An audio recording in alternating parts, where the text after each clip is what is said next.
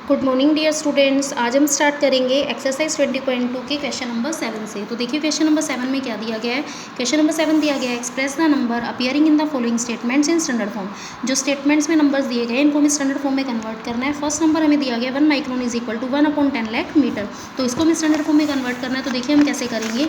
हमें दिया गया 1/10 लाख मीटर, तो 10 लाख को हम कैसे लिख सकते हैं 1/10 की पावर 7। तो 1 माइक्रोन जो हमारे इक्वल दिया गया है वो हमें किसके इक्वल दिया गया है 1/10 लाख मीटर के इक्वल दिया गया है।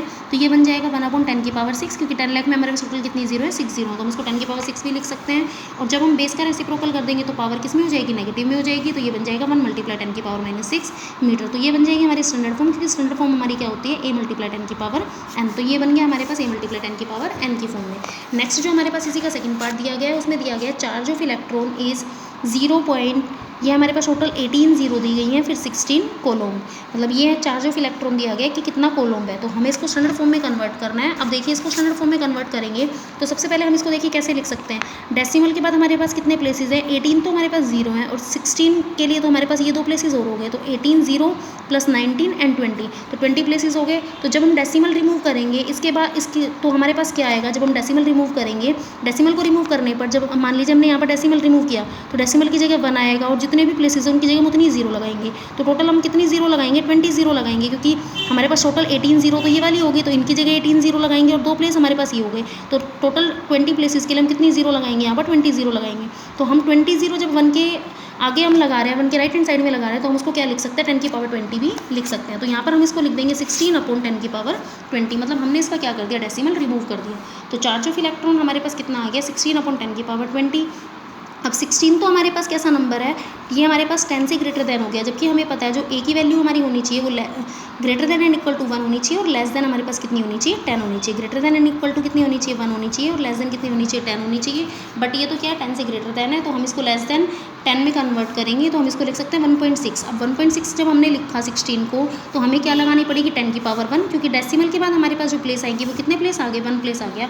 तो हम इसको लिख सकते हैं 1.6 × 10 की पावर 1/10 की पावर 20। अब 10 की पावर 1/10 की पावर 20 दोनों का बेस सेम है, पावर अलग है, तो हम क्या कर देंगे पावर्स को सब्ट्रैक्ट कर देंगे। तो ये बन जाएगा 1.6 × 10 की पावर 1 - 20, तो 1.6 × 10 की पावर -19 कोलम्बस। तो यहाँ पर हमने उसकी जगह लगा दिया सी। नेक्स्ट हमारे पास देखिए इसी का थर्ड पार्ट हमें क्या दिया गया है। थर्ड पार्ट में दिया गया size of the bacteria is 0. यहाँ पर हमारे पास टोटल जीरो दी गई है 6 0 एंड 5 मीटर। 0.0000005 मीटर ये हमें साइज ऑफ बैक्टीरिया दिया गया है, और हमें इसको कौन सी फॉर्म में कन्वर्ट करना है स्टैंडर्ड फॉर्म में कन्वर्ट करना है। तो देखिए हम इसको स्टैंडर्ड फॉर्म में कैसे कन्वर्ट कर सकते हैं। साइज ऑफ बैक्टीरिया हमें दिया गया हमें दिया गया 0.0000005 मीटर। तो अब हम इसको स्टैंडर्ड फॉर्म में कन्वर्ट करें तो सबसे पहले हम डेसिमल हटाएंगे। हमने डेसिमल हटा दी, और डेसिमल हटाने के बाद डेसिमल के बाद जितने भी प्लेसेस थे उतनी हमने जीरो लगा दी। तो यहाँ पर देखिए डेसिमल के बाद टोटल 7 प्लेसेस हैं, तो हमने 7 जीरो लगा दी।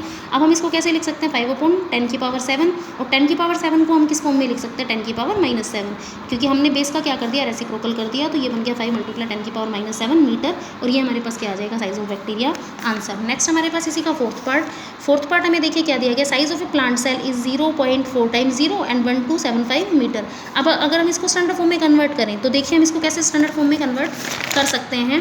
इसको स्टैंडर्ड फॉर्म में कन्वर्ट करने के लिए सबसे पहले हम इसका डेसिमल रिमूव करेंगे। अगर हम इसका डेसिमल रिमूव करते हैं तो ये हमारे पास बन जाएगा 1275, क्योंकि यहाँ पर देखिए हमारे पास कितना दिया गया 0.0000 और 1275 मीटर। तो हम जब इसका डेसिमल हटाएंगे तो ये हमारे पास बन जाएगा 1275 अपॉन हमारे पास देखिए अब डेसिमल के बाद कितने प्लेसेस हैं 4 प्लेस एरिया और 4 प्लेस एरिया, तो 8 प्लेसेस हैं। तो यहाँ पर हमारे पास मतलब 10 की पावर कितनी आएगी 8 आएगी।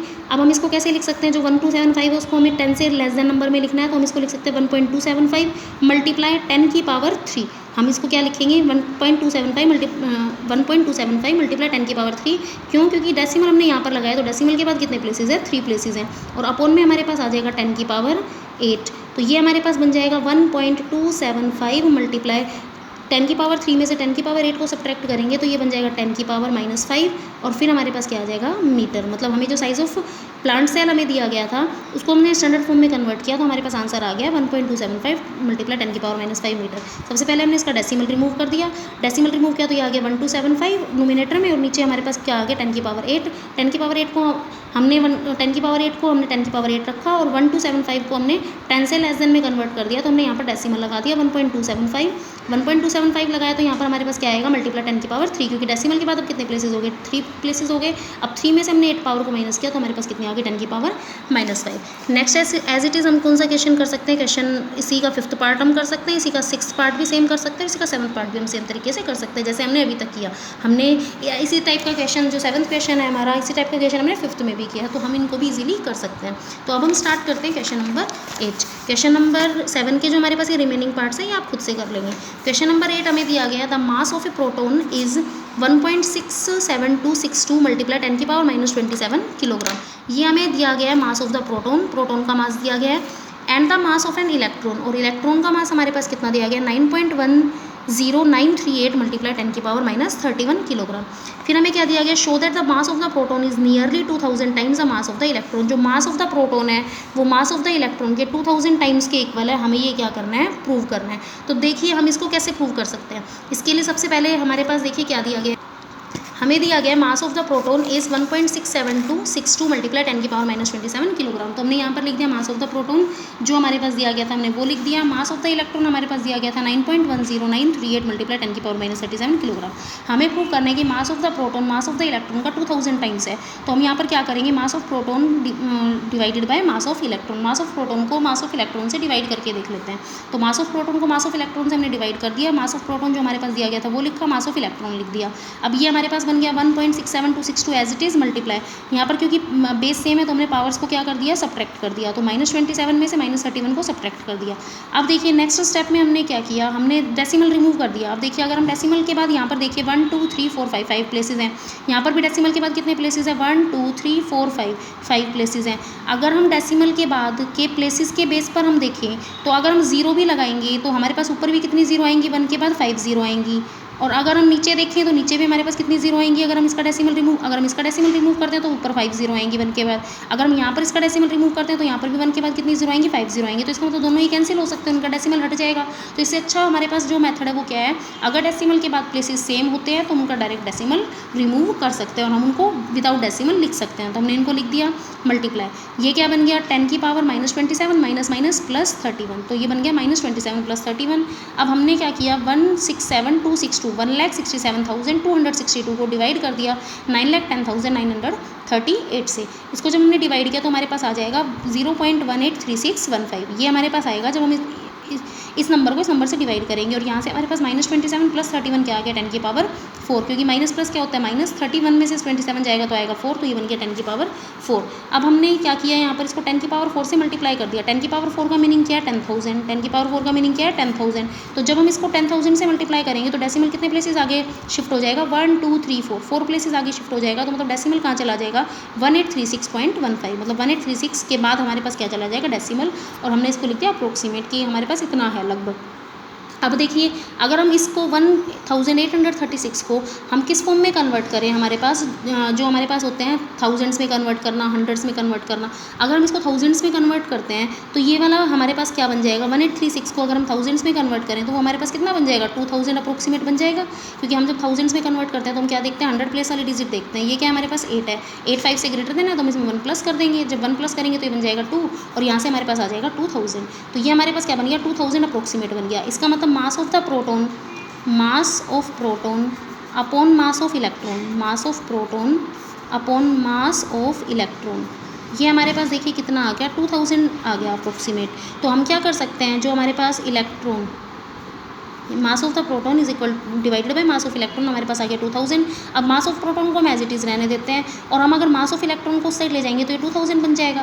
तो इस 2000 के मल्टीप्लाई में आ जाएगा हमारे पास मास ऑफ इलेक्ट्रॉन। तो यहाँ से हमने क्या प्रूव कर दिया कि जो मास ऑफ प्रोटोन होता है वो मास ऑफ इलेक्ट्रॉन का 2000 टाइम्स होगा। मतलब इस क्वेश्चन में हमें यही पूछा गया था कि mass of proton mass of electron का 2000 टाइम्स होगा, ये प्रूव करके बताओ। तो यहाँ पर हमने पहले मास ऑफ प्रोटोन को मास ऑफ इलेक्ट्रॉन से डिवाइड किया। डिवाइड करने के बाद यहाँ से हमारे पास आंसर जो भी आ गया हमने आंसर फाइंड आउट कर लिया। इसको हमने थाउजेंड्स में कन्वर्ट कर दिया तो 2000 बन गया। तो इसका मतलब mass of proton is 2000 times the mass of electron. Next हमारे पास दिया गया क्वेश्चन नंबर 9। क्वेश्चन नंबर 9 में हमें दिया गया there are 86,400 seconds in a day. एक दिन में कितनी सेकंड होती है, इतनी सेकंड होती है। How many days is 1 second. तो 1 डे में how many days long is 1 second, 1 second जो है वो कितने डेज़ के इक्वल है, हमें ये बताना है। Express your answer in scientific notation, उसके बाद हमें हमारे आंसर को साइंटिफिक फॉर्म में कन्वर्ट करना है। तो देखिए हमें क्या दिया गया है, टोटल सेकंड्स इन 1 डे, एक डे में कितनी टोटल सेकंड्स होती हैं, 86,400 सेकंड होती हैं। उसके बाद हमसे पूछ रखा है कि एक सेकंड को हम डे में कन्वर्ट करके बताओ। तो हमें पता है जब 1 डे इक्वल होता है 86,400 सेकंड के, तो 1 सेकंड किसके इक्वल होगी, 1/86,400 डेज। हमने यहाँ पर क्या कर दिया, इसको डिवाइड कर दिया। अभी अगर 86,400 सेकंड हमारे पास इक्वल है 1 डे के इक्वल है, एक दिन में टोटल कितनी सेकंड्स होती है हमारे पास, 86,004 सेकंड। तो 86,004 सेकंड इक्वल है 1 डे के, तो 1 सेकंड कितने डे के इक्वल होगी, 1 second is equal to 1/86,400 days के इक्वल होगी। तो हमें यही पूछा गया था कि अगर एक दिन में इतनी सेकंड है तो एक सेकंड जो होगी वो कितने डेज़ के इक्वल होगी। तो हमने ये बता दिया कि कितने डेज़ के इक्वल होगी। अब फिर हमें पूछा गया है कि ये जो हमारे पास आंसर आया है इसको साइंटिफिक नोटेशन में कन्वर्ट करके बताओ, मतलब स्टैंडर्ड फॉर्म में कन्वर्ट करो। तो 1 सेकंड हमारे पास इक्वल आई थी ये, अब हमने 1 को 86,400 से डिवाइड कर देंगे। जब हम डिवाइड करेंगे दोनों को, 1 को 86,400 से डिवाइड करेंगे, तो जब डिवाइड करोगे आप तो आंसर आपका आएगा 0.000011574 डेज़, इसमें कन्वर्ट हो जाएगा। अब हम इसको किस फॉर्म में कन्वर्ट कर देंगे, स्टैंडर्ड फॉर्म में कन्वर्ट कर देंगे। तो हमें पता है डेसिमल के बाद कितने प्लेसेस हैं, 4 और 5 9 प्लेसेस हैं। तो हम इसको लिख सकते हैं 11574 अपॉन 10 की पावर 9। तो हम इसको कैसे लिख सकते हैं, 10 की पावर 9 जो है हमारे पास उसको एज इट इज़ रहने दो, और हम इसको कैसे लिख सकते हैं 1.1574 लिख सकते हैं 1.1574। इसको हमें स्टैंडर्ड फॉर्म में कन्वर्ट करना है तो, और मल्टीप्लाई 10 की पावर कितनी आ जाएगी 1 2 3 4, क्योंकि डेसिमल के बाद कितने प्लेसेस आ गए, 4 प्लेसेस आ गए।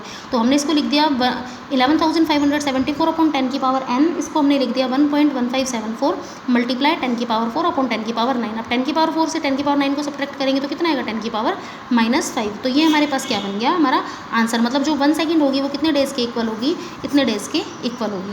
तो ये हमारे पास था क्वेश्चन नंबर 9। नेक्स्ट हमारे पास है क्वेश्चन नंबर 10। क्वेश्चन नंबर 10 में दिया गया मास of the earth is 5.97 multiply 10 की पावर 24 किलोग्राम। अर्थ का मास हमें दिया गया है। मास ऑफ द जुपिटर, जुपिटर का मास कितना है वो हमें दिया गया है। What is the total mass of the two, दोनों का टोटल मास कितना है, मतलब दोनों के मास को हमें ऐड करना है। तो सबसे पहले देखिए अर्थ का मास हमें कितना दिया गया है 5.97 मल्टीप्लाई 10 की power 24 kilogram. Mass of the Jupiter, Jupiter का मास हमें कितना दिया गया है 1.90 मल्टीप्लाई 10 की पावर 27 किलोग्राम। तो हमें क्या बताना है, दोनों का टोटल मास बताना है। तो टोटल मास के लिए हम दोनों के मास को ऐड कर देंगे। तो हमने फर्स्ट का मास ऐड कर दिया और दोनों सेकंड का हमने जुपिटर का मास ऐड कर दिया। अब यहाँ से देखिए 10 की पावर 24 और 10 की पावर 27, इनमें से क्या चीज़ कॉमन आ सकती है, 10 की पावर 24 कॉमन आ सकती है। मतलब 10 की पावर 24 देखिए दोनों में, यहाँ पर भी 24 है तो 27 में भी तो 24 होगा ना। तो हमने क्या कर दिया 10 की पावर 24 को कॉमन ले लिया। तो जब हमने 10 की पावर 24 बाहर ले लिया तो यहाँ हमारे पास बच गया क्या 5.97 बच गया। और यहाँ पर देखिए 10 की पावर 27 में से अगर 10 की पावर 24 हमने बाहर ले ली तो 24 को जब हमने बाहर लिया तो यहाँ पर हमारे पास कितनी बच गई 10 की पावर 3।